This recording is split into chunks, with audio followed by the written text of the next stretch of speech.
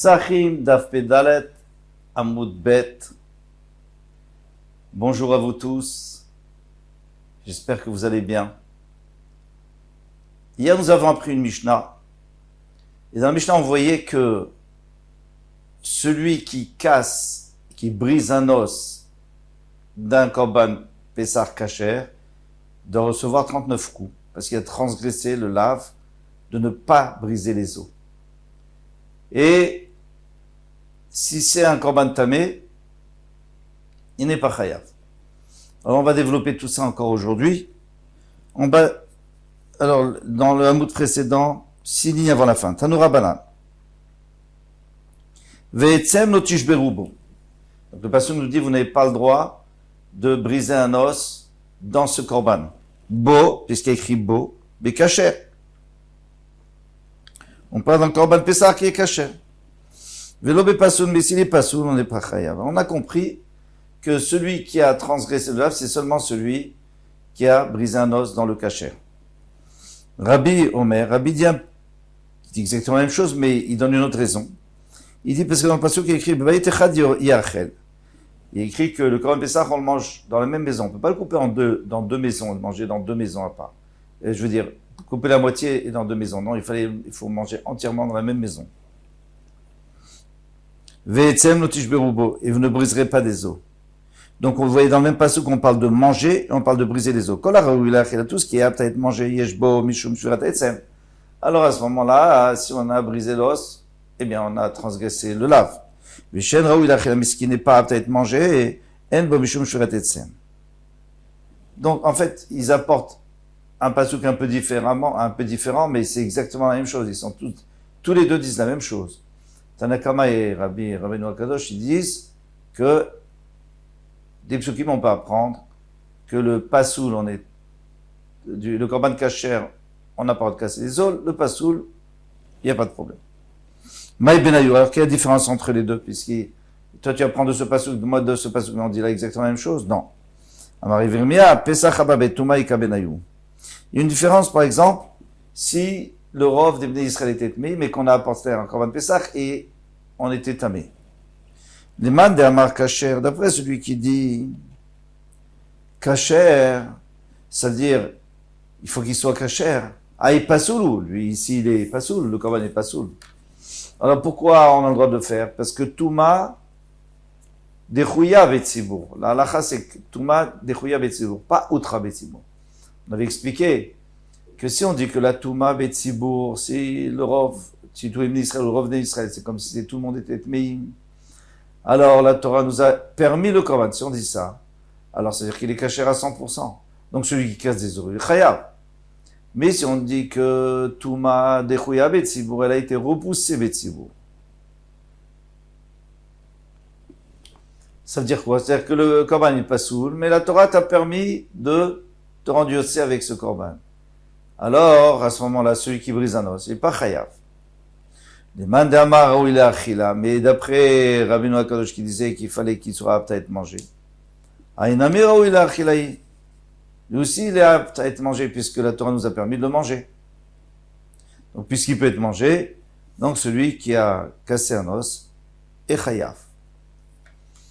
Donc ça sera la différence entre, si on dit juste celui qui est pasoul, celui qui est kasher, on est chayav, celui qui est pasoul, on n'est pas tout si on a cassé des os. Alors dans ce cas-là précis, ce Pesra Betuma, il n'y a pas de problème, il ne sera pas chayav. Mais d'après Rabbeinu HaKadosh qui dit que ça dépend si on peut le manger ou pas, alors ici on peut le manger, donc il sera chayav. Rav Yosef Amar. Rav Yosef, alors attention, il y a 8 Amoraïm qui sont en discussion pour savoir la raison, pour savoir plutôt la différence entre les deux, entre le Tanakama et Rabbeinu HaKadosh. La première différence qu'on a proposée, c'est pour Korban Haba Betuma. Rav Yosef Amar, Rav Yosef n'est pas d'accord avec ça, il dit Kiaïgavna, dans ce cas-là, du Korban qu'on a apporté Betuma, eh bien, Dekulalma en bo mishum shvirata etzem. Selon tout le monde, il n'y a pas de issour de casser un os. Pourquoi? Parce que si déjà le Tanakama nous a dit qu'il est patour, S'il a cassé un os, il y a plus forte raison, Rabbeinu Akadosh, que lui vient pour être Mekil.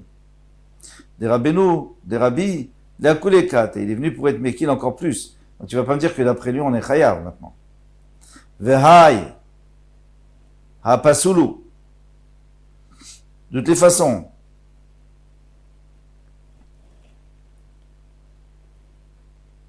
il est pas saoul. C'est vrai qu'on peut le manger, mais il est pas saoul. Donc, puisque le korban n'est pas saoul, on peut casser des os, il n'y a pas de problème. Et là, etaloshat akosher venifsal ikabenayu. Alors, c'est quoi la différence entre le Tanakama et Rabbeinu Akadosh? Je répète, le Tanakama, il parlait de, le Tanakama, il parle de kasher et pas kasher. Et le Rabbeinu Akadosh lui parle de mangeable ou pas mangeable. Alors, les man d'Amar Kacher, d'après celui qui dit qu'il est kasher, il faut qu'il soit kasher. À kasher où? Il est kasher celui-là. Pourquoi? Parce qu'il avait un chat à kosher venifsal. C'est-à-dire quoi? C'est qu'au début il était kasher et après la viande est sortie en dehors de Yerushalayim. Maintenant il est pas sourd, mais avant il était kasher. Puisqu'il était kasher, celui qui a sa noce, c'est chayav. Les man d'Amar Raoui la achila, mais celui qui dit qu'il faut qu'il soit Raoui la achila, Rabbeinu Akadosh, ha'ashta lav Raoui la achila, celui-là on peut pas le manger puisqu'il est sorti. Donc, on sera pas chayav si on casse un os. Ça, c'est le deuxième avis, c'est Rav Yosef. Abaye, il va dire, c'est pas vrai ce que tu dis, Rav Yosef. Amar, Abaye Amar, Koulé Alma, selon tout le monde, Kol Kai Gavna, un cas pareil où il est sorti en dehors de Yerushalayim, En Bo Mishum Shirata Etzem, il n'y a aucun issou. Maetama qui a raison. Ashtamia Pasoulou, pourtant il est pas soul maintenant. C'est vrai qu'une fois il était caché, d'accord. Mais maintenant, quand tu casses l'os, il est pas soul, alors ça y est. Donc tu es pas tour. Alors moi, il propose autre chose, Abaye. Et la Shirata Etzem, Ibeodium, Ika Benayu. C'est quoi la différence? Si quelqu'un a cassé l'os avant l'entrée de Yom Tov, c'est-à-dire vendredi, Erev Yom Tov l'après-midi, après le Korban Pessah, il a cassé un os. Demandez à Marc Kacher, d'après celui qui dit que s'il est kacher, on est chayav, on n'a pas le droit de casser un os. Ha kacher où? Celui-là, il est kacher. Pourquoi? Parce qu'on va le manger. Il est kacher. Demandez à Marou, il a achila. Mais d'après celui qui dit qu'il faut que ça soit apte à être mangé, achtalava achilaou. Maintenant, on peut pas le manger puisque c'est encore Erev et ça, on peut le manger que le soir. Donc, puisqu'il est pas barachila, donc je peux casser des os.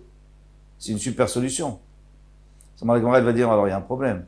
Donc maintenant, on peut casser les os avant et on peut manger la moelle pendant Pessah. C'est extraordinaire ça, mais normalement, on n'a pas le droit de faire ça. Mais Tivé. Alors, là, qu'est-ce qui a dit que c'est barachila, que c'est pas barachila? C'est Rabbeinu Akadosh. C'est-à-dire que d'après Rabbeinu Akadosh, on peut casser un os et refait ça, puisque de toute façon, on ne peut pas le manger encore.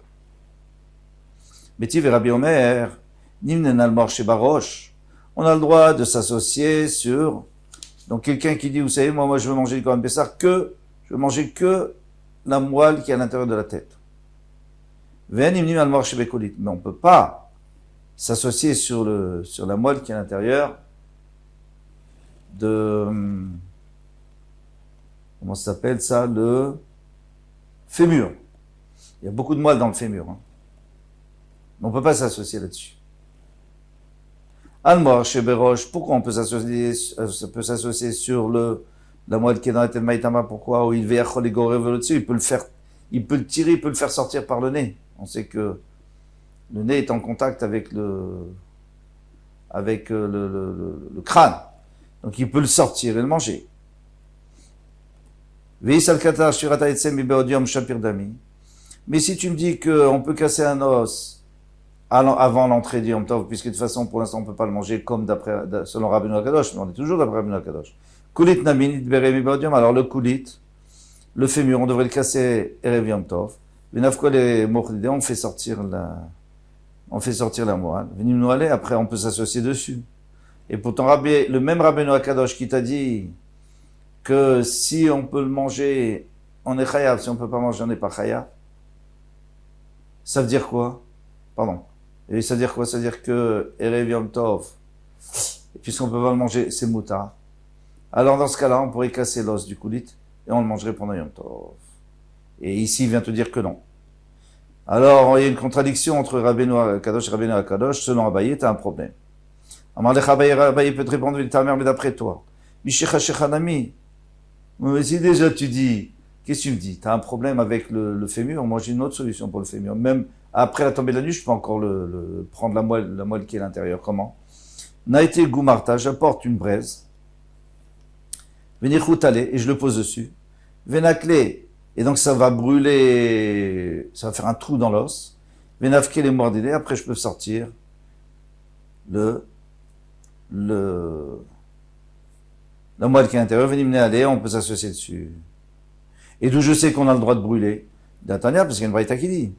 On n'a pas le droit de casser. Aval Soref, Beatsamot, mais s'il brûle un os, il brûle, il fait un trou, ou alors il coupe des nerfs, même si c'est des nerfs qui sont immangeables et qui sont durs comme un os, on a le droit de couper ça. C'est que l'os qu'on n'a pas le droit. Pardon, il n'y a pas l'interdit de briser un os. Même si on l'a, qu'est-ce qu'on a fait? On a brûlé, on a fait un trou, on a sorti la moelle. Et la maïtach même. Alors, c'est quoi ta réponse? Alors, qu'est-ce que tu vas dire? Toi, tu me dis, on n'a qu'à faire RF Pessar. Moi, je te dis, même pendant Pessar, on n'a qu'à faire. Alors, ne me pose pas une question sur moi, que j'ai dit qu'on peut faire RF Pessar. Ah ben, Yamar Mishum Paka. Donc, pourquoi est-ce que, en réalité, on n'a pas le droit de le faire? On n'a pas le droit d'apporter une braise et de brûler une partie de l'os pour faire sortir la moelle. Mishum Paka. Parce qu'on a peur que ça fasse éclater l'os en longueur. Et à ce moment-là, c'est plus un trou. Ça s'appelle casser. Et, il va l'éclater. Donc, même si c'est avec une braise, ça change rien. Que ce soit avec une braise ou avec un marteau, c'est la même chose. Donc, on a peur qu'il transgresse ça. C'est pour ça qu'on lui interdit. Rava, il dit une autre raison. Mishum Efset Kochim. Parce que la braise, elle risque de brûler la moelle qui est à l'intérieur. Et donc, tu perds les kodashim. Les kodashim, normalement, on ne doit pas le perdre. On doit le récupérer ou alors le laisser, mais pas l'abîmer. Des kamafsidle beyadaim. Il va l'abîmer beyadaim, avec les mains, c'est-à-dire lui-même. Dit ma'achil nora mimoartide. Peut-être que le feu va brûler de la moelle. D'accord? Donc c'est pour ça qu'on a pas le droit de le faire. Avec le feu. Très bien. Alors on n'a pas le droit de le faire avec le feu. Mais pourquoi toi tu disais qu'on n'a pas le droit de le faire non plus? Alors Erev Yom Tov. On peut le faire maintenant, Erev Yom Tov, puisque de toute façon, d'après Rabbeinu Akadosh, il n'y a pas de problème, on ne peut pas le manger. Il te dit non, même d'après Rabbeinu Akadosh, on ne peut pas le faire Erev Yom Tov. Pourquoi? Parce que si tu laisses faire, si tu laisses casser les os avant Yom Tov, alors il y a des gens qui vont casser aussi après la tombée de la nuit. Et là, c'est sûr qu'on n'a pas le droit.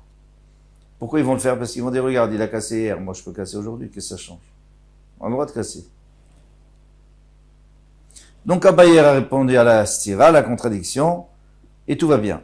Maintenant Rafa Pei se présente, Amar, il dit, Kol Kai Gavna, si tu parles du cas de la différence entre le Tanakh et le Rabbeinu Akadosh, c'est si on veut le faire Erev Pessah. Eh bien, Kule Alma, Yeshvo Mishum Shurata Itzem. D'après tout le monde, c'est interdit. Maïtama. Pourquoi? Le Urta Mirzela Achila. Le soir, en vérité, il est apte à être mangé. Toi, tu me dis non. Toi, tu me dis, tu sais, le soir, il n'est pas apte à être mangé, donc on peut casser l'os. Et la journée et la nuit, on n'a pas le droit. Quand je dis le soir, c'est-à-dire Erev, et ça avant la tombée de la nuit.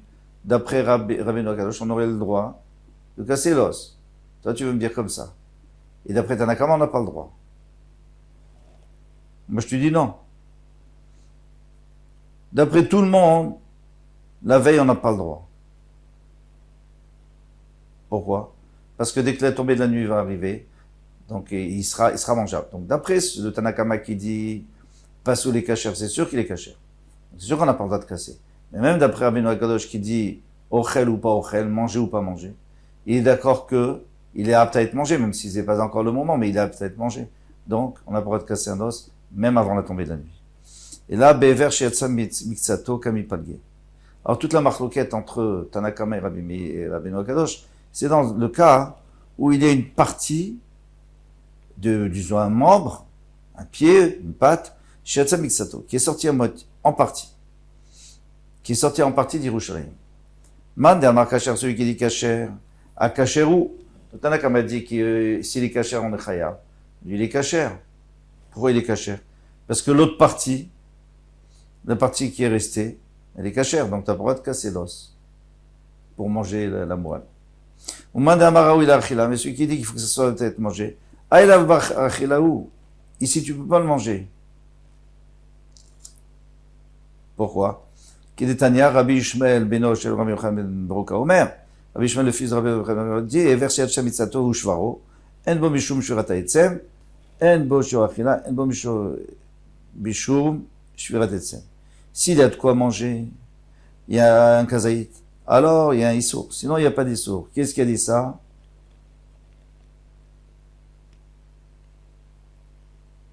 C'était Ravina. Si c'est à l'endroit de la shvira, mais si c'est à l'endroit de tout le etsem, qu'il faut qu'il y ait un kazaït, c'était Ravashi qui avait dit ça. Donc pour l'instant, on en a déjà deux preuves. Ça, c'est une troisième preuve pour la troisième personne qui disait que ce qui est apte pour le misbeach, comme par exemple la alia, il y a pas de issou. Alors ça, c'était qui? Qu'est-ce qui avait dit ça? C'était Rav Nachman bar Yitzchak. Bishat achila, pour terminer, yesh bo mishum shvirat etzem, shelo bishat achila, en bo mishum shvirat etzem. Si c'est au moment de la achila, alors il y a issour de shvirat etzem. Mais si c'est au moment où on ne peut pas le manger, alors il n'y a pas d'issour. Et ça va comme qui? Ça va comme Abaye. Et qu'est-ce qu'il avait dit Abaye? Abaye.